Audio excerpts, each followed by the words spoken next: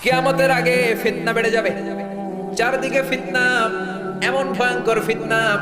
কিয়ামতের আগে জ্বলন্ত আগুনের অঙ্গার হাতের মধ্যে নিয়ে দাঁড়িয়ে থাকাটা সহজ হয়ে যাবে, কিন্তু কিয়ামতের আগে ঈমান নিয়ে বেঁচে থাকাটা কঠিন হয়ে যাবে। কোন ঠিক কিনা? ফিতনাতুন তামুজু কামাউজিল বাহর, সাগরের ঢেউ যেমনি আশ্রে পড়ে, ফিতনা এসে তোমাদের কলিজা আশ্রে পড়বে। ডানে ফিতনা, বায়ে ফিতনা, সামনে ফিতনা, পেছনে ফিতনা, সব জায়গায় শুধু ফিতনা। যারা ব্যবসা করে তারা দেখে আশেপাশের লোকেরা মাছের মধ্যে ফরমালিন দেয়, খাদ্যের মধ্যে ভেজাল দেয়, ওজনে কম দেয়, ফলে লাভ বেশি হয়। এখন সে নতুন ব্যবসায়ী চিন্তায় পড়ে গেল, কি করবে? ফরমালিন দিলে গুনাহ হয়। ফরমালিন দেয়া জায়েজ নাকি হারাম? ওজনে কম দেয়া জায়েজ নাকি হারাম? খাদ্যে ভেজাল জায়েজ নাকি হারাম? ভেজাল না দিলে লাভ কম হয়, ভেজাল দিলে লাভ বেশি হয়। তার মানে ফিতনায় পড়ে গেছে। কি করবে খুঁজে পাচ্ছে না। আবার অনেক চাকরিজীবী নতুন চাকরি পাওয়ার পর কি করবে বুঝে পায় না। বস ঘুষ খায়, কলিগরা ঘুষ খায়, ম্যাডাম ঘুষ খায়, আশেপাশের সবাই ঘুষ খাওয়ার জন্য প্রেসার দেয়। এখন ঘুষ কি খাবে নাকি খাবে না বুঝতে পারে না, তার মানে ফিতনায় পড়ে গেছে। এরপরে যুবক যুবতীরা চোখের হেফাজত করতে চায় কিন্তু পারে না। ডান দিকে তাকায় দেখে নারী, বাম দিকে তাকায় দেখে নারী, নিচের দিকে তাকায় দেখে কিরণমালা। যেরকম ঠিক কিনা? সামনে তাকায় সে উলঙ্গ, পেছনে উলঙ্গ। নজর হেফাজতের জন্য উপরের দিকে তাকাইছে, দেখে 5 তলা বিল্ডিং এর উপর থেকে এক বেড়ি ভেটকি দিয়েছে। তার মানে আপনি যেদিকেই তাকান না কেন, আপনি চাইলেও নজর হেফাজত করা যাচ্ছে না। জোরে বলেন ঠিক কিনা? এজন্য রব্বুল আলামিন বলেন, কুল্লিল মুমিনিনা ইয়াগুদ্দু মিন আবসারিহিম ওয়া ইয়াহফাযু ফুরুজাহুম। নবী আপনি মুমিনদেরকে বলে দেন তারা যেন চোখ নামায়, চোখের হেফাজত করে। Lower your gauge, lower your eyesight, man, চোখ নামাও। মুসলমান চাইলেই উলঙ্গপনার দিকে নজর করতে পারে না, মুসলমান চাইলেই জি বাংলা দেখতে পারে না, মুসলমান চাইলেই কিন্তু স্টার জলসা দেখতে পারে না। কোন ঠিক কিনা? মুসলমান তো তাদের নজর ওই জায়গায় দিতে পারে যেখানে নজর দেয়া হালাল করেছে কে? মুসলমান তো কান দিয়ে শুধু সেই গানই শুনতে পারে, শোনাটাকে হালাল করেছে কে? যেন কানে শুনি সদা তোমার কালাম, এ খোদা চোখে যেন দেখি শুধু কোরআনের আয়াত। শোনো আমার মুনাজাত, শোনো শোনো ইয়া ইলাহি আমার মুনাজাত, শোনো আমার মুনাজাত। পড়েন আমিন। এই জন্য চারদিকে ফিতনা। বিশ্বনবী দোয়া করতেন, আল্লাহুম্মা ইন্না নাউযু বিকা মিনাল ফিতানি মা যাহারা মিনহা ওয়া মা বাতান। ও আল্লাহ, দেখা যায় দেখা যায় না, প্রকাশ্য গোপন সব ধরনের ফিতনা থেকে তুমি আমাদেরকে বাঁচাও। বলেন আমিন। আর জোরে বলেন আমিন। এখন চারদিকে ফিতনা আছে না নাই? বেশি না কম? তো বিশ্বনবী যা বলছে অক্ষরে অক্ষরে মিলে যাচ্ছে। চিৎকার করে বলেন ঠিক কিনা?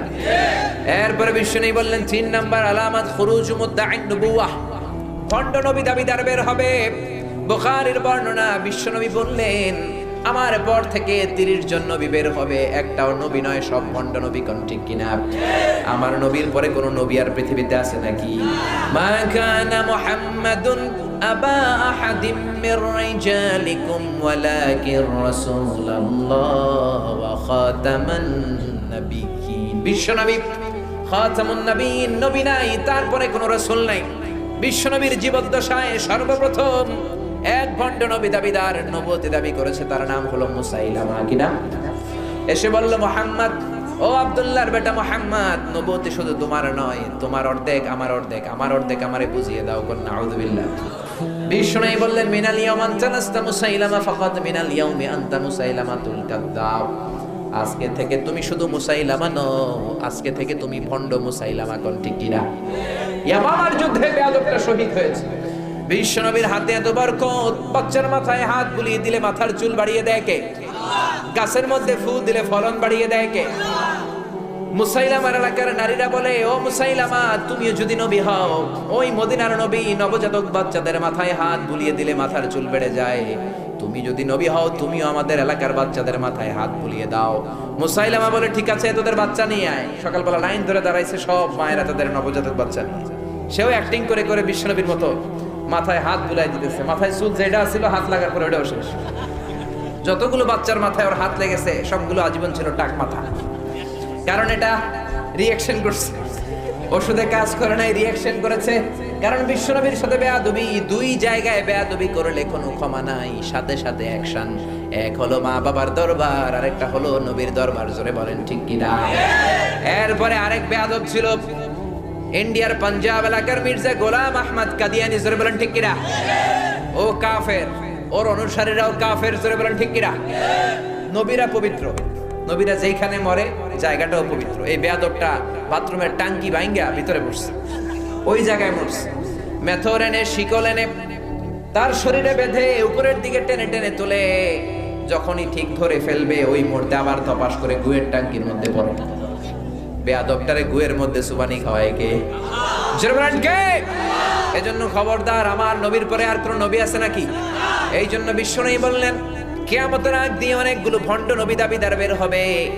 তাহলে এই ভণ্ড নবী দাবিদারের আলামতটাও সমাজে আছে না নাই? এরপরে বিশ্বনবী বললেন, দিয়া আল আমানা, আমানতের খেয়ানত হবে।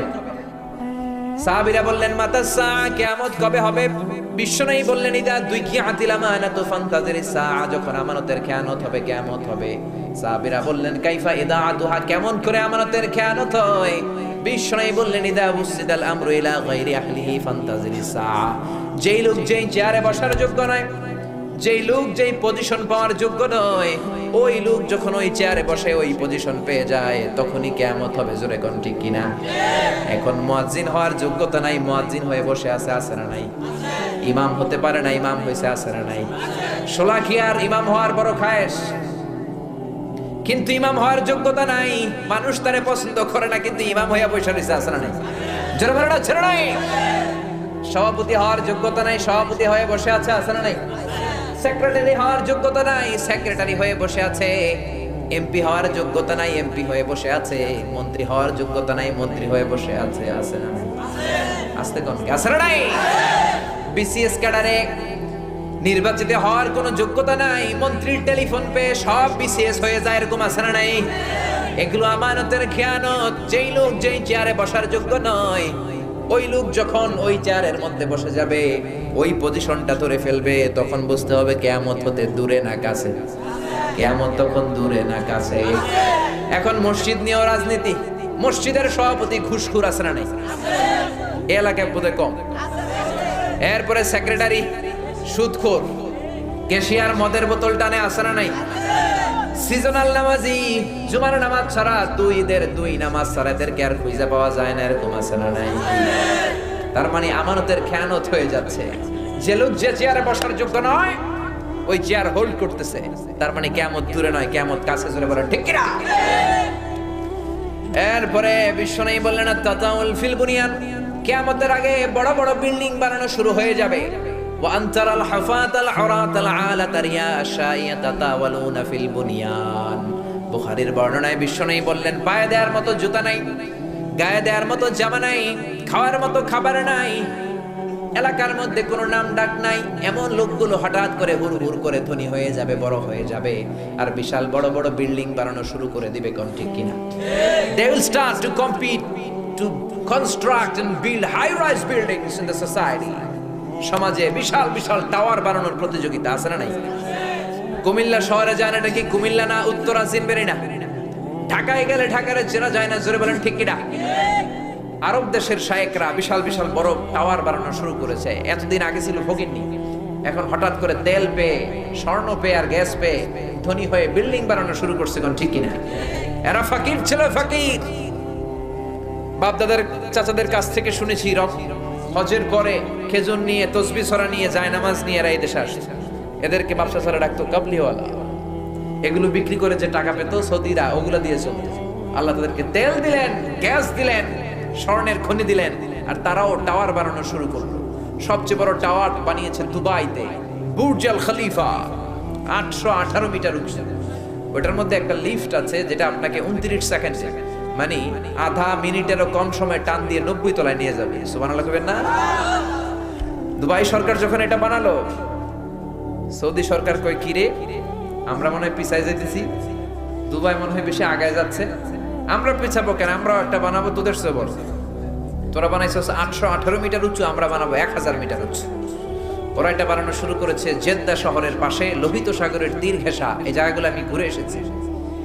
কিংডম টাওয়ার নাম দিয়েছে তারা, কিংডম টাওয়ার 1000 মিটার উঁচু। এটা যখন তারা বানানো শুরু করেছে এখনো কমপ্লিট হয়নি, 2019 সালে এটা খুলে দেবে। কাতারের প্রধানমন্ত্রী কয়, কিরে সৌদি মনে হয় বেশি বাইরে গেছে, কমায় দেয়া লাগবে একটু। সৌদি আলারা বানাইছে 1000 মিটার উঁচু, আমরা বানাবো কাতারের রাজধানী দোহায়, নাম দেব নাখিল টাওয়ার। ওরা বানাইছে 1000 মিটার উঁচু, আমরা বানাবো 1001 মিটার উঁচু। কত বড় শয়তান দেখেন, বড় থাকার জন্য 1 মিটার উঁচা বানাবে। আরবি যারা জানেন, নাখিল এসেছে নাখলা থেকে, খেজুর গাছ। এটা দেখতে খেজুর গাছের প্যাটার্নে হবে, 20 কিলোমিটার দূর থেকে দেখলে মনে হবে মরুভূমিতে খেজুর গাছ, আসলে 1001 মিটার উঁচু বিল্ডিং। জোরে কোন ঠিক কিনা? এরপরে চীনের সবচেয়ে বড় টাওয়ারের নাম সাংহাই টাওয়ার। তাইওয়ানে একটা আছে দি টাইপেরাং 101, 101 তলা। এরপরে রিয়াদে আছে রিয়াদ টাওয়ার, যারা হজ করেছেন দেখেছেন। কাবা ঘরের পাশে একটা আছে দি মক্কা রয়্যাল ক্লক টাওয়ার, ঘড়ির মনোগ্রামওয়ালা, 120 তলা। এরপরে আমি যেখানে ডক্টরেট নিচ্ছি, পিএইচডি করতেছি মালয়েশিয়াতে, ওখানে একটা আছে Petronas twin tower, but the local people they call it KLCC, the Kuala Lumpur conventional centre. এটা দুইটা মিনারের মতো, এইটা 88 তলা, এইটা 88 তলা, মাঝখানে 41st and 42nd ফ্লোরে একটা ব্রিজ ওরা বানিয়েছে, এটার ভেতরে থেকে ওইটার ভেতরে যাওয়া যায়। আচ্ছা বলেন তো, in the day of judgement, কিয়ামতের দিন আল্লাহ যখন পৃথিবীটারে ধরে একটা ঝাঁকুনি দিবেন, ওই ভূমিকম্পের চোটে একটা বিল্ডিং কি থাকবে? সেটা বলেন থাকবে? ইদা জুলজিলাতিল আরদু জিলজালাহা ওয়া আখরাজাতিল আরদু আফকালাহা ইদা রুজ্জাতিল আরদু রাজ্জান ওয়া বুসাতিল জিবালু বাসসা। বলেন আল্লাহু আকবার। আল্লাহ যখন একটা শেক দিবেন, একটা ভাইব্রেশন করবেন, একটা কম্পন করবেন, পুরো পৃথিবীটাকে ধরে যখন রব্বুল আলামিন একটা ঝাঁকুনি দিবেন, ওই ঝাঁকুনির চোটে একটা বিল্ডিংও কি থাকবে না? কি জোরে বলেন। তাহলে গোটা বিশ্বব্যাপী এখন বিল্ডিং বানানোর প্রতিযোগিতা শুরু হয়েছে। বিশ্বনবী তাই বললেন, সৌদিতে কাবার পাশে বিল্ডিং। অবাক করা কাণ্ড, কেন যে সৌদি সরকার এগুলো বানায়? কোন মানুষ বিল্ডিং দেখার জন্য সৌদিতে যায় না, লাব্বাইক লাব্বাইক করে আল্লাহর ডাকার জন্য যায়। জোরে বলেন ঠিক কিনা? মিনা স্টাম্পিডে অনেক হাজি মরল, তারপরে ক্যারেন ক্র্যাশ করে অনেক হাজি মরল। এগুলো সৌদি গভর্নমেন্টের ভুল সিদ্ধান্ত। এই যে বিশ্বনবী বললেন টাওয়ার বানানোর প্রতিযোগিতা সমাজে আছে না নাই? জোরে বলেন। এরপরে বিশ্বনবী বললেন জুহুরুন নিসাব কাসিয়াতুন আরিয়াতুন মাইলাতুন মুমিলাত। কিয়ামতের আগে সমাজে পোশাক পরিহিতা উলঙ্গিনী নারী বেড়ে যাবে। পোশাক পরিহিতা উলঙ্গিনী মানে পোশাকও আছে আবার উলঙ্গ। এটা আবার কেমন করে হয়? আমরা জানি পোশাক থাকলে উলঙ্গ নয়, আবার যে উলঙ্গ তার গায়ে পোশাক নাই। জোরে কোন ঠিক কিনা? কিন্তু বিশ্বনবী বললেন পোশাক পরিহিতা উলঙ্গ, পোশাকও পরবে উলঙ্গও থাকবে। তার মানে মেয়েগুলোর পোশাক হবে পাতলা, কিংবা এমন টাইট ফিটিং ফ্যাশনেবল পোশাক, পোশাকও পরবে, বাইরে থেকে সব কিছু দেখা যাবে। কোন ঠিক কিনা? টাইট বোরকা পরার কারণে মেয়েটার দেহের উঁচু নিচু ভাঁজগুলো দূর থেকে টের পাওয়া যাবে। জোরে বলেন ঠিক কিনা? সব বোঝা যাবে। বিশ্বনবী বললেন লা ইয়াদখুলনাল জান্নাতা ওয়ালা ইয়াজিদনা রিহাহা। জান্নাতের ঘ্রাণ তো পাবেই না, জান্নাতের ঢোকা তো দূরের কথা, জান্নাতের ঘ্রাণও তাদের নাকে লাগবে না। কোন ঠিক কিনা? আর জান্নাতের ঘ্রাণ 500 বছর দূরের রাস্তা থেকে ওর নাকে টের পাওয়া যায়। কোন আল্লাহু আকবার। এখান থেকে জান্নাতে যেতে 500 বছর, এত দূরে থাকতেই জান্নাতের ঘ্রাণ আপনার নাকে এসে ধাক্কা মারে। ওই মহিলাগুলো জান্নাতে তো যাবেই না। দায়ুস বললেন বিশ্বনবী এদেরকে, দায়ুস মাইলাতুন মুমিলাত, ছেলেদেরকে অ্যাট্রাক্ট করার জন্য রাস্তাতে পারফিউম মেখে বেরোয়, টাইট ফিটিং বোরকা পরে বেরোয়, ছেলেরাও তাদের প্রতি আকৃষ্ট হয়ে যায়। জান্নাতে তো ঢুকবেই না, জান্নাতের ঘ্রাণও পাবে না। জোরে বলেন ঠিক কিনা? এজন্য বড় ভাই যারা আছো, বোনদেরকে শালীন পোশাক পরাও, খবরদার। বাবা যারা এসেছেন, মেয়েদেরকে শালীন পোশাক পরাবেন। মেয়েদের পোশাক হবে ঢিলে ঢালা, মেয়েদের পোশাক হবে মোটা, এমন ঢিলে ঢালা পোশাক হবে পা থেকে মাথা পর্যন্ত যেন কিছু আন্দাজ করা না যায়। জোরে বলেন ঠিক কিনা? একটা সময় ছিল অনেক শালীনতা ছিল, অনেক লাজুকতা, অনেক ভদ্রতা এই দেশের মেয়েদের মধ্যে ছিল। জোরে কোন ঠিক কিনা? জি বাংলা, স্টার জলসা, কিরণমালা, আয়েশা সব শেষ। একটা সময় ছিল মেয়েরা রাস্তার এক পাশ দিয়ে হাঁটতো, আবার রিকশার মধ্যে রিকশাওয়ালার কাছে শাড়ি থাকতো, মেয়েরা বসার পরে শাড়ি দিয়ে ঘোমটা দিয়ে দিত। কোন ঠিক কিনা? আবার মেয়েরা ছাতি নিয়ে বেরোতো, বৃষ্টি না থাকলেও ছাতি, যাতে কেউ তাদেরকে দেখতে না পারে। আবার আলেম ওলামারা যদি রাস্তা দিয়ে হেঁটে যেত, ওড়না দিয়ে মুখটাকে এক পাশে নিয়ে যেত, রাস্তার এক পাশে চলে যেত। আবার ওলামারা যখন, মাওলানা যখন চলে যেত, মেয়েরা আবার হাঁটা শুরু করে দিত। কোন ঠিক কিনা? আবার মহিলারা বাজার কেন্দ্রিক বেশি বের হওয়া শুরু হয়েছে। কোন ঠিক কিনা? এই দেশের নারীরা দুইটা জায়গায় সব চাইতে বেশি যায়, এক হলো বাজারে, দুই হলো মাজারে। কোন ঠিক কিনা? বাজারেও বেশি, মাজারেও বেশি। যাওয়া যাবে? মাজারে যাওয়া যাবে? যে কিছু চাওয়া যাবে? চাইতে হবে একজনের কাছে, তিনি কে? অনেকে মাজারে যায়, মাজারে যে চায়, মাজারে থাকা লোকটা তোমার কিছু দিতে পারে না, দিতে পারে কে? আবার অনেকে গণকের কাছে যায়, গণক বাবার কাছে যায়, গণক বাবাও কি কিছু দিতে পারে নাকি?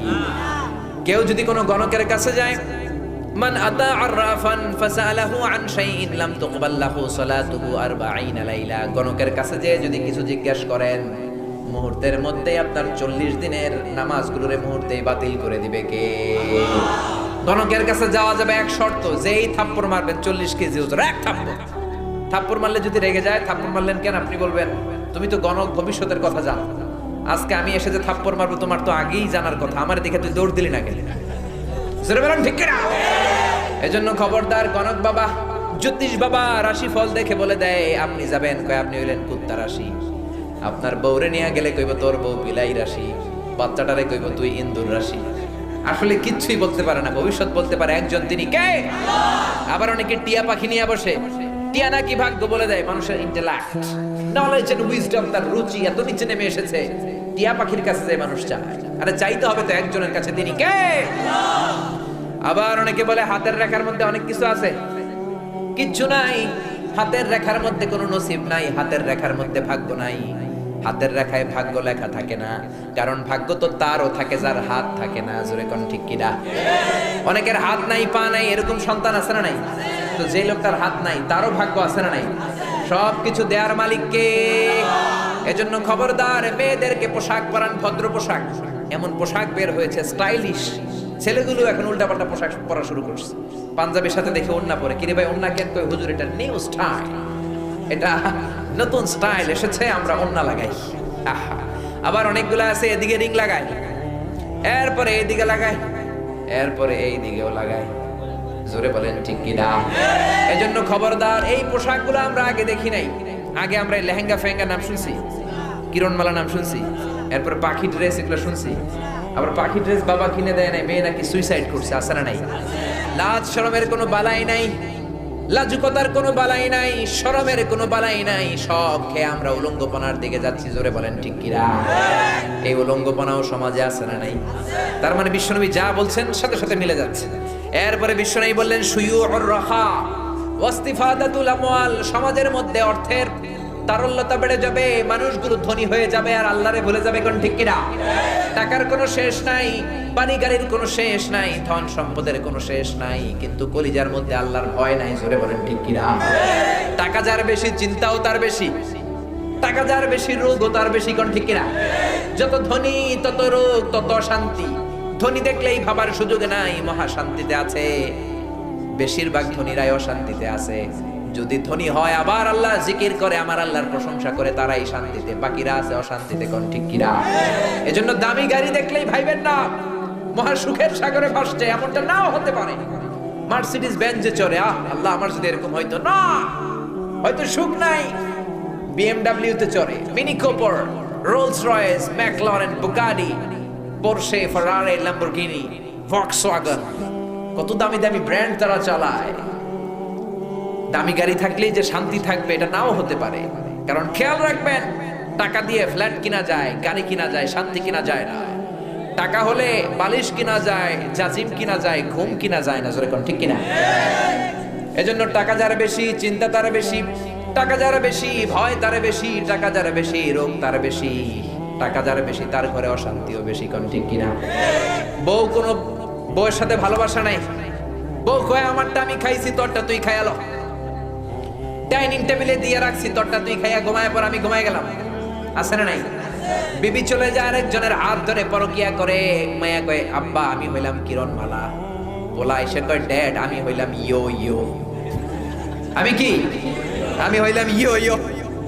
এরপরে কিচ্ছু খাইতে পারে না। ডাক্তার কয় কিচ্ছু খাবেন না, তুই খাসি খাবি না? গরু খাবি না, ঝাল খাবি না, মুরগি খাবি না, চিংড়ি খাবি না, খালি ঘাস খাবি। ছাগলও খায়, তুইও খা। ঘাস বলতে আমি ভেজিটেবল বোঝাচ্ছি। শাক সবজি খাবেন, কিচ্ছু খেতে পারে না। কিন্তু আমার রিক্সাওয়ালার কি কোনো ঝামেলা আছে নাকি? আমার কুলিওয়ালা ঠেলাওয়ালা দিন মজুর, টাকা নাই পয়সা নাই, তাদের কোনো চিন্তাও নাই। নিজেও মসজিদে নামাজে যায়, ছোট্ট বাচ্চাটারও নামাজ নিয়ে যায়। আবার নামাজ পড়ে যখন ঘরের মধ্যে ফিরে দেখে বিবি নামাজের মধ্যে দাঁড়িয়ে, আবার মেয়েটাও পাশে যায় নামাজে, আসে না নাই? রিক্সাওয়ালার কোনো রোগ নাই, কোনো রোগ নাই। গরু দিবেন খেয়ে সাবার, গোশত দিবেন কোপায়া ফেলবে, কয় আজকে বিয়ার দাওয়াত পাইছি, কোপায়া কোপা শামসু করে দিন। কেউ কোনো কথা নাই, যাই খায় হজম, কোনো রোগ আছে? ধনীদের ঘুম নাই, আধা ঘন্টা ঘুমের জন্য 4টা করে ট্যাবলেট খায়। কিন্তু রিক্সাওয়ালার কি কোনো ট্যাবলেট খাওয়া লাগে নাকি? রিক্সাওয়ালার যেইখানে রাইত সেইখানেই, যেইখানে রাইত ওইখানে ওর মাথা বিছানায় লাগতে দেরি, ওর নাক ডাকতে দেরি হয় না। ওর নাকের ডাকের কাছে ট্রাকের ইঞ্জিনও ফেল। সুবহানাল্লাহ কইবেন না? ফজর আর সালাতু খায়রুম মিনান নাওমের আগে আমার রিক্সাওয়ালা ভাইয়ের ঘুম ভাঙে না। জোরে বলেন ঠিক কিনা? এই জন্য টাকা হলেই যে শান্তিতে আছে এটা নাও হতে পারে। শান্তি দেওয়ার মালিক হলেন একজন, তিনি কে? এজন্য 1000 টাকার মালিক হওয়ার স্বাদ করার দরকার নাই। অল্প খান, আল কানাআতু মিনাল ইসলাম।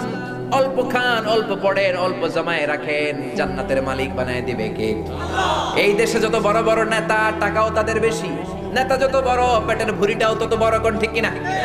কোলাকুলির আগে আগে পেট দিয়ে কোলাকুলি করে। দরজা ধাক্কা মারা লাগে না, পেটের ধাক্কায় দরজা খুলে যায়।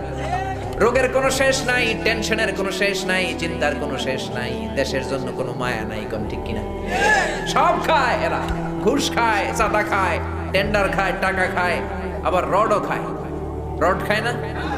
আমি মালয়েশিয়াতে পত্রিকায় পড়লাম বাংলাদেশের কোন ব্রিজ ভেঙে গেছে, তো সারে জমিনে পর্যবেক্ষণ করতে যে দেখা গেল ব্রিজের ভেতরে যে ঢালাই দিছে, রড দেয় নাই, বাঁশ দিয়া ঢালাই দিছে। কি দিয়া?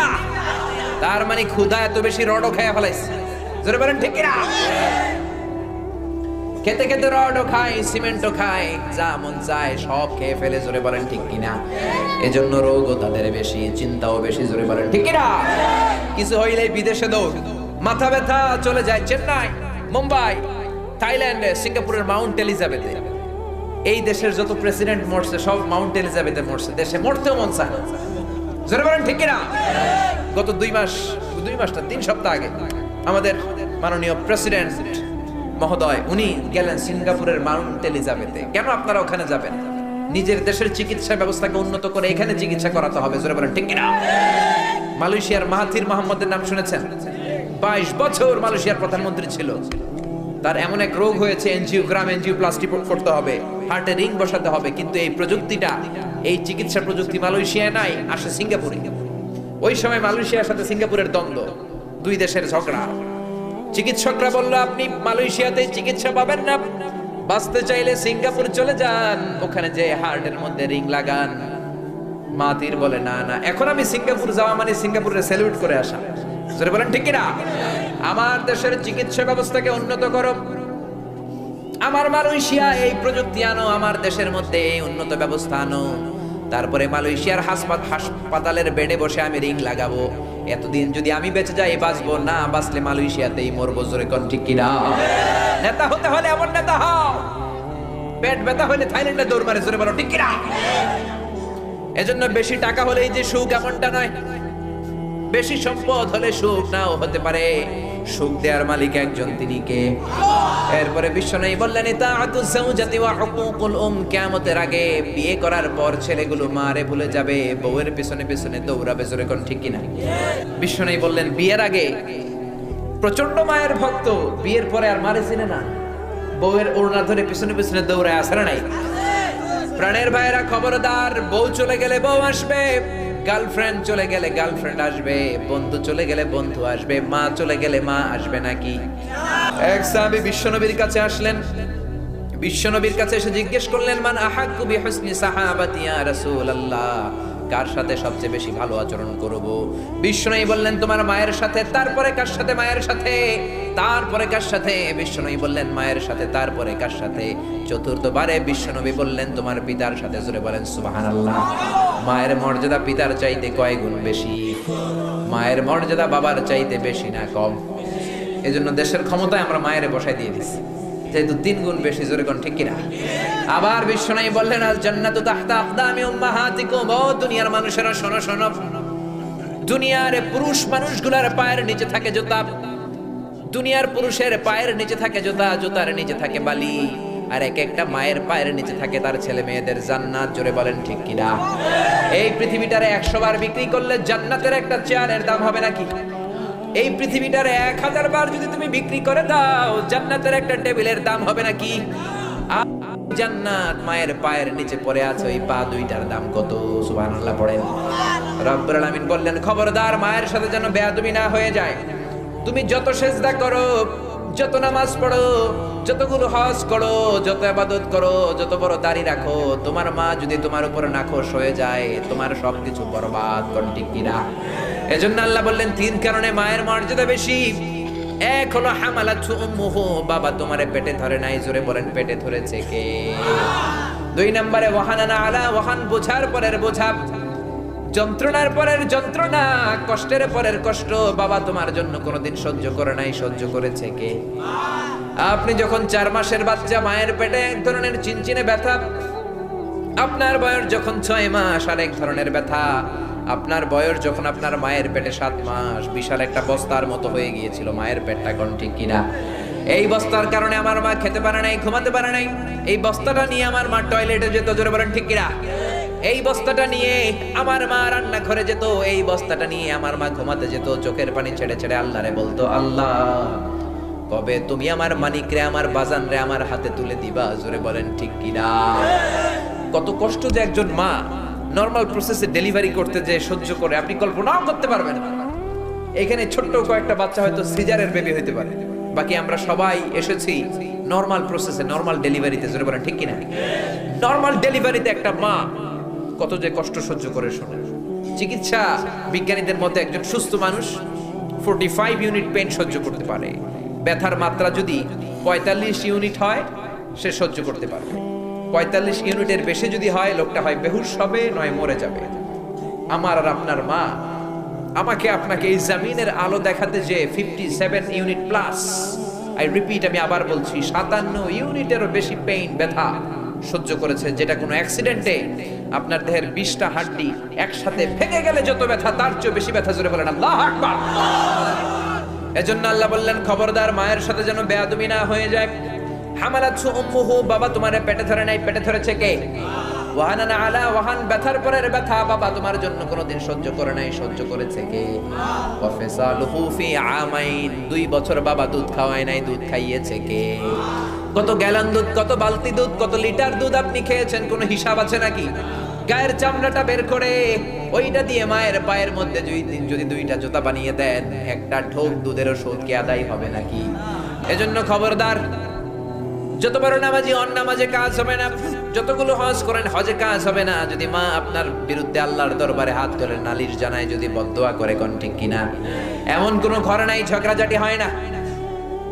বিবি আর মা ঝগড়া লেগেছে, 2 জনকে নিয়ে বসে যান, 2 জনকে নসিহত করেন, 2 জনকে বোঝান। বিবি চলে গেলে বিবি পাওয়া যায়, মা কি পাওয়া যাবে নাকি? খবরদার, যদি কোনো মায়ের সাথে বেয়াদবি হয়ে থাকে, কোনো ঝগড়াঝাটি হয়ে থাকে, আজকের মাহফিল থেকে ওয়াদা করে যান, পা ধরে মার পায়ে ধরে মাফ চাবো। মায়ের পায়ে ধরে যদি ছোট্ট বাচ্চার মতো কান্না শুরু করে দেন, কোনো মা মাফ না করে পারবে না। জোরে বলেন ঠিক কিনা? এই জন্য বিশ্বনবী বললেন, কিয়ামতের আগে, বিয়ের পরে ছেলেগুলো মারে ভুলে যাবে, বউয়ের পেছনে পেছনে ঘোরা শুরু করে দিবে। এই আলামতটাও এই সমাজে আছে না নাই? এরপরে বিশ্বনবী বললেন, যুখরুফাতুল মাসাজিদি ওয়াত তাবাহি বিহা, যুখরুফাতুল মাসাজিদি ওয়াত তাবাহি বিহা, কিয়ামতের আগে বিল্ডিং গুলো, মসজিদ গুলোকে বেশি বিউটিফিকেশন করা হবে, ডেকোরেশন করানো হবে। এখন মসজিদের টাইলস আছে, মসজিদে দামি কার্পেট আছে, মসজিদের মধ্যে এয়ার কন্ডিশন আছে, কিন্তু মুসল্লি নাই। কোন ঠিক কিনা? গাজী নজরুল কত সুন্দর করে মসজিদের কথাগুলো কবিতায় লিখলেন। মসজিদ কেঁদে কেঁদে আল্লাহর দরবারে ফরিয়াদ জানায়, মাওলা আমার মসজিদে কার্পেট আছে, জায়নামাজ আছে, লাইটিং আছে, কিন্তু মুসল্লি নাই। কোন ঠিক কিনা? বিশ্বনবীর জামানায় জুমার নামাজের যেই দৃশ্য ছিল মসজিদে নববীতে, ফজরের নামাজে ওই দৃশ্য ছিল। জোরে বলেন ঠিক কিনা? বাংলার জমিনে জুমার দৃশ্য আর ফজরের দৃশ্য কি এক নাকি? বলে, ফজরের সময় যদি মসজিদে যান, দেখবেন মুয়াজ্জিন সাহেব, ইমাম সাহেব আর 80 বছরের ঊর্ধ্বে বয়স এরকম 5-7 জন ছাড়া আর কোনো যুবক মানুষ খুঁজে পাওয়া যায় না, কোন ঠিক কিনা? 80 বছরের বয়স বেশি যারা এরা কি করবে? রাত 3টার পরে তো আর ঘুমিয়ে ধরে না এদের জন্য মসজিদ নয়। তোমরা যারা ইয়াং আছো তাদেরকে ফজর নামাজে যেতে হবে, জোরে বলেন ঠিক কিনা? যেদিন এই বাংলার জমিনে ফজরের দৃশ্যের মতো জুমার দৃশ্য হবে, জুমার দিনের দৃশ্যের মতো ফজরের দৃশ্য হয়ে যাবে, ওই দিন বাংলার জমিনে এমনি করেই কালিমার পতাকা পতপত করে উড়বে, জোরে বলেন ঠিক কিনা? সেদিন আর মাহফিলের দরকার হবে না, সেদিন ইসলামের রাজ কায়েম হয়ে যাবে, জোরে বলেন ঠিক কিনা? এজন্য ফজরের নামাজে যাবেন। মুনাফিকদের আলামত, বিশ্বনবী বলেন মুনাফিকদের কাছে সবচাইতে কঠিন নামাজ হলো দুইটা, এক হলো এশার নামাজ, আরেকটা হলো ফজরের নামাজ, জোরে বলেন ঠিক কিনা? এই জন্য বিশ্বনবীর বলা এই সুন্নতগুলো মানার দরকার আছে না নাই? বিশ্বনবীর সুন্নাত আছে যেখানে আমরা আছি। এজন্য বিশ্বনবীর বিরুদ্ধে যারা কথা বলে তাদের সাথে আমাদের কোনো সম্পর্ক। এই বাংলার জমিনেও বিশ্বনবীর বিরুদ্ধে ব্লগে লেখে এরকম বেয়াদব আছে না নাই? ধর্মকারী একটা পেজ আছে, বললে অবাক হয়ে যেতে হয়। আমার নবীর বৈবাহিক জীবন নিয়ে এই বেয়াদবগুলো কথা বলেছে, আমার নবীর ফ্যামিলি নিয়ে কথা বলেছে, আমার নবীর আচরণ নিয়ে কথা বলেছে। বলেন তো এগুলো কি মানুষ না মানুষ? এগুলো জাহান্নামের নরকীট, এগুলো পিতৃ পরিচয়হীন জারদ সন্তান। চিৎকার করে বলো ঠিক কিনা? আমরা দুই জায়গায় খুব দুর্বল, এক হচ্ছে আমার কোরআন, আরেক হচ্ছে আমার নবীর সম্মান। ওই জায়গায় যদি কেউ বাম হাত ঢুকায়, ওই হাত কেমনে ভেঙে দিতে হয় সেটাও আমরা জানি, জোরে বলেন ঠিক কিনা? এই জন্য খবরদার, বিশ্বনবীর বিরুদ্ধে যারা কথা বলবে এদেরকে ছাড় দেয়া হবে না, জোরে বলেন ঠিক কিনা? আমরা নবীর সুন্নাহ নিয়ে বাঁচতে চাই, মরতে চাই, রাজি আছো মুসলমান? এজন্য মুসলমান মানলে সবটাই মানতে হবে। প্র্যাকটিসিং মুসলিম বলে যদি নিজেকে দাবি করো, পাক্কা মুমিন বলে যদি দাবি করো, ফাতিহা থেকে শুরু করে নাস পর্যন্ত যতগুলো আয়াত আছে সবগুলো মানার দরকার আছে না নাই? এজন্য বিশ্বনবী বললেন কিয়ামতের আগে মসজিদের ডেকোরেশন বেড়ে যাবে। তো ডেকোরেশন ওয়ালা মসজিদ এখন সমাজে আছে না নাই? এত বিউটিফিকেশন, লাইটিং, ফাইটিং, ডেকোরেশন দেখলে বুঝার উপায় নাই এটা কি মসজিদ নাকি কমিউনিটি সেন্টার, জোরে বলেন ঠিক কিনা? এরপরে বিশ্বনবী বললেন কিয়ামতের আগে লা ইউকসামুল মিরাসু আলা ওয়াজহিন সাহি, সঠিক পন্থায় মিরাজ বন্টন হবে না। লিজ্জাকারি মিসলু হাজ্জিল উনসাইন, ছেলের যা দিবা মেয়ের তার অর্ধেক দিতে হবে। এইটা কার আইন? নাকি দেশের আইন? কার আইন? ছেলেরে যদি 2টা ফ্ল্যাট দাও, মেয়ের একটা ফ্ল্যাট দিতে হবে, কে বললেন? ছেলেরে যদি 10 লাখ টাকা দিয়ে দাও, মেয়েরে 5 লাখ দিতে হবে, কে বললেন? এখন অনেক বাবা আছে মেয়েরে বলে মা তোর বাইরে সব দিয়া দিলাম, তোর লাগে হাত তুলা দোয়া করে দিলাম, আছে না নাই? দোয়া তো আপনি করবেনই, সবার জন্যই দোয়া করবেন, যার যেটা দেয়া দরকার ওইটা দিয়ে তারপরে দোয়া, জোরে বলেন ঠিক কিনা? আবার অনেক মা আছে ছেলেরে মুরগির রান দেয়, মেয়েরে মুরগির ঠ্যাং দেয়, অথবা মুরগির গিলা দেয়। গিলা বলেন আপনারা? তো মেয়ের কি মুরগির রান খেতে মন চায় না? মনে রাখবেন যে মা ছেলের পাতে মুরগির রান দেয়, মেয়ের পাতে মুরগির ঠ্যাং দেয়, ওই মা বাবার শেষ কালটা, শেষ জীবনটা ছেলের বাড়িতে কাটে না, মেয়ের বাড়িতেই কাটে, জোরে বলেন ঠিক কিনা? এজন্য বিশ্বনবী বললেন খবরদার, কিয়ামতের আগে আল্লাহর দেয়া মিরাস অনুযায়ী, কোরআনের মিরাস উত্তরাধিকার বন্টন আইন অনুযায়ী বন্টন হবে না, জোরে বলেন ঠিক কিনা? এরপরে বিশ্বনবী বললেন মিউজিক বেড়ে যাবে, নর্তকী বেড়ে যাবে, ডান্স ক্লাব বেড়ে যাবে, জোরে বলেন ঠিক কিনা? ভারী মিউজিক্যাল ইনস্ট্রুমেন্ট বেড়ে যাবে, এমন এমন গান শুরু হয়ে যাবে যেই গানগুলো শুনলে অন্তরের মধ্যে ডান্স দিতে মন চায়, জোরে কোন ঠিক কিনা? ইচ্ছে মতো হিন্দি গান বাজিয়ে ফেলে। বিজয় দিবসে বাংলা মায়ের কোনো গান নাই, কিন্তু বিজয় দিবসে ইন্ডিয়ান গান আছে না নাই? আবার বিয়ের অনুষ্ঠানগুলোতে যখন আমরা দাওয়াত খেতে যাই, সর্বনাশ, হুজুর আর মজুর কিছু দেয় না, ইচ্ছে মতো গান লাগায় দেয়। বাংলাদেশ এরকম কালচারাল ক্রাইসিসে এর আগে কখনো সময় কাটায়নি। একটা বিয়ের গান আমরা ছোট্টবেলা আগে শুনতাম, হলদি বাটো, মেহেদি বাটো, বাটো ফুলের মৌ, শোনেন নাই? এই গানগুলো নাই, ওই জায়গায় চলে আসছে ও শেফালি, জর্দা মিশালি, জোরে বলেন ঠিক কিনা? বিশ্বনবী বলেন বুইসতু লিউকাসসিরাল মাযামির, বাদ্যযন্ত্র ভেঙে চুরমার করে জমিনের সাথে মিশিয়ে দেওয়ার জন্য আমি এসেছি। কোনো বাদ্যযন্ত্র থাকতে পারবে না, ঢোল বাজানো যাবে না, গিটার বাজানো যাবে না, তবলা বাজানো যাবে না, শুধু দফ বাজানো যাবে, কোন ঠিক কিনা? কিন্তু পহেলা বৈশাখ যখন চলে আসে, ঢোল আর বাঁশি আছে না নাই? বিশ্বনবী বললেন ঢোল নয়, মুসলিম কালচার হলো দফ। ইয়াংরা বলো মুসলিম কালচার কি? দফ। আরো জোরে বলো কি? বাংলাদেশে এই দফ বাজায় না, এই দফ বাজিয়ে আমরাও ইসলামী গান করেছি মিশরে।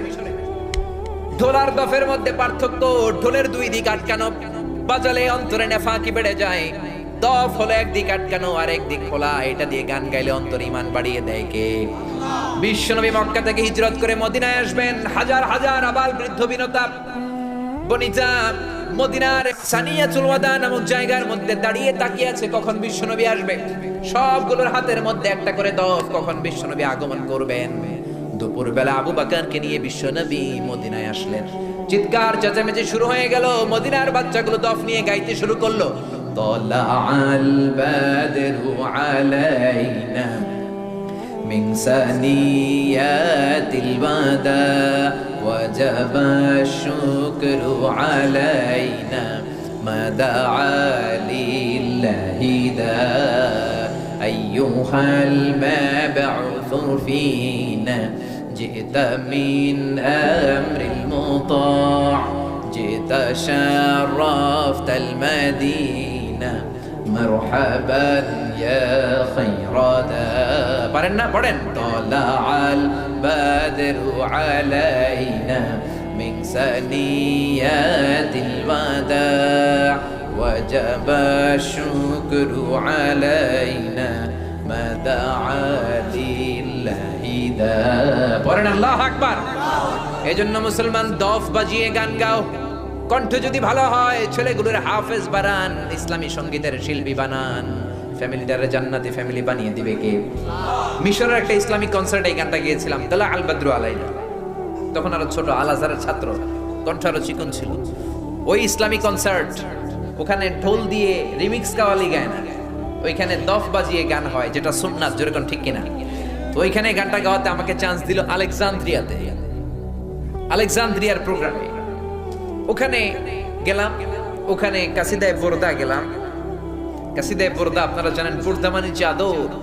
যে লেখক এটা লিখেছেন নবীর শানে, নাতে রাসূল, এত মাহাব্বত নিয়ে লিখেছেন, লিখে ঘুমিয়ে গিয়েছেন, স্বপ্নে দেখেছেন বিশ্বনবী তার গায়ে একটা চাদর দিয়ে গিয়েছে। ঘুম থেকে উঠে দেখে ওই চাদরটা তার গায়ে তখনও আছে। কোন সুবহানাল্লাহ। ওই গানটা গাওয়ার পরে মিশরি প্রধান অতিথি আমারে বলতেছে, আল্লাহ ইনতা মিনাল আরব, তুই আরব দেশের সন্তান। আমি কই আল্লাহ আনা মিন বাংলাদেশ, আল্লাহর কসম আমি বাংলাদেশের সন্তান। ইদান আবুকা মিনাল আরব, তাহলে তোর বাপ আরব। আমি বললাম আমি মিন বাঙ্গাল, বাপ বাঙালি। কইদান আজদাদুকা মিনাল আরব, তা না হলে তোর 14 গোষ্ঠীর কেউ না কেউ আরবে ছিল। আমি কই 14 গোষ্ঠী বাঙালি। আল্লাহ মা সামিতু মিসলা আজমাল হাদা সাউত মিনাল আগানাবি হাবিবি। আল্লাহর কসম, আরবের গান অনারবের কণ্ঠে এরকম সুন্দর সুর খেলে এটা আমার জানা ছিল না। এজন্য এদেশের ছেলে মেয়েদের কণ্ঠ যে কত মধুমাখা, জাদুমাখা, গোটা বিশ্ব কাঁপিয়ে দেয়। জোরে বলেন ঠিক কিনা? ওআইসির প্রোগ্রামে 7 দিন ব্যাপী মালয়েশিয়াতে আমার ইউনিভার্সিটির ডেলিগেট আমি ছিলাম, 54টা দেশের ডেলিগেট। তো ওখানে আমাদের চট্টগ্রামের কৃতি সন্তান মাহিউদ্দিন মাহি এখন আছে মরক্কোতে, উনি আমাকে ডেলিগেট হিসেবে রাখলো। তো ওখানে ওপেনিং সেরিমনিতে এই কাসিদায়ে বুরদা গেলাম। গাওয়ার পরে সবাই বলতেছে ক্লোজিং সেরিমনিতে তোমার গান গাইতে হবে ইংরেজিতে, ইংলিশ গান। তো তখন গাইলাম মাহির জানের বারাকাল্লাহ। শুনেছেন? কেউ শুনেন নাই? ইউটিউবে শুনছেন? মাশাআল্লাহ। এই মাহির জানের বারাকাল্লাহ গাওয়ার পরে 54 দেশের ডেলিগেট হাত তুলে বলতেছে মাররাতানি মাররাতানি, ওয়ান মোর মাররাতানি, আরেকটা। তো উপস্থাপক বলতেছে we can't give Shaikh Mizan extra time for another song because of the time limits. সময় না থাকার কারণে আমরা আরেকটা গানের সুযোগ দিতে পারছি না। এজন্য কণ্ঠ যদি ভালো হয়, ইসলামী গান শিখান, কোরআন শিখান, ছেলেগুলোকে ভদ্র বানায় দিবে কি? মায়ের জানের গান শুনবেন, 2 লাইন গেয়ে শোনেন। We are here on this special day, our heart full of pleasure, a day that brings the two of you close together. We gathered here to celebrate moment life's treasure. We ask Allah to make your love last forever. Let's raise our hands and make dua like the Prophet taught us, and with one voice let's all say بارك الله لكما وبارك عليكما وجمع بينكما في خير. بارك الله لكما وبارك عليكما وجمع بينكما في خير. بارك الله لكما وبارك عليكما وجمع بينكما في خير. بارك الله أكبر. এজন্য কণ্ঠ যেই বাবা মায়ের তাদের সন্তানদের যাদের কণ্ঠ সুন্দর, হাফেজে কোরআন বানাতে রাজি আছেন তো? ইসলামী সঙ্গীত শিল্পী বানাতে রাজি আছেন তো? এরপরে বিশ্বনবী বললেন কিয়ামতের আগে সময়ের বরকত কমে যাবে। 1 বছর মনে হবে 1 মাস, 1 মাস মনে হবে 1 সপ্তাহ, 1 সপ্তাহে মনে হবে 1 দিন। এই যে মাহফিলটা 7 বছর ধরে হয়, 27তম মাহফিল 27 বছর ধরে হয়। গত বছর যে মাহফিল হয়েছে, আবার এই বছর মাহফিল, আপনাদের কি মনে হয় যে 1 বছর হয়ে গেছে? মনে হয় কয়েক মাসের ব্যবধানে আবার বছরটা ঘুরে যেন চলে আসলো। জোরে বলেন ঠিক কিনা? এরপরে বিশ্বনবী বললেন কিয়ামতের আগে খাবারের স্বাদ কমে যাবে, খাবারের স্বাদ রব্বুল আলামিন উঠিয়ে নিয়ে যাবে। এইটাও এই আলামত সমাজে আছে না নাই? তো বিশ্বনবী যতগুলো কিয়ামতের আলামতি বলেছেন তার বেশিরভাগই সমাজে আছে না নাই? এগুলো শুনলে অন্তরে কি ভয় লাগে? আখেরাতের ভয় কি আসে? সে আখেরাতে মুক্তি পেতে হলে কোরআন মানার দরকার আছে না নাই? সুন্নাহ মানার দরকার আছে না নাই? জোরে বলেন, সুন্নাহ মানার দরকার আছে না নাই? এই জন্য এই মাহফিলটা তখনই সার্থক হবে যখন কিয়ামতের ভয়ে আমরা নামাজ ধরবো, আমরা বিশ্বনবীর সুন্নাহ অনুযায়ী চলা শুরু করবো। চিৎকার করে বলেন ঠিক কি?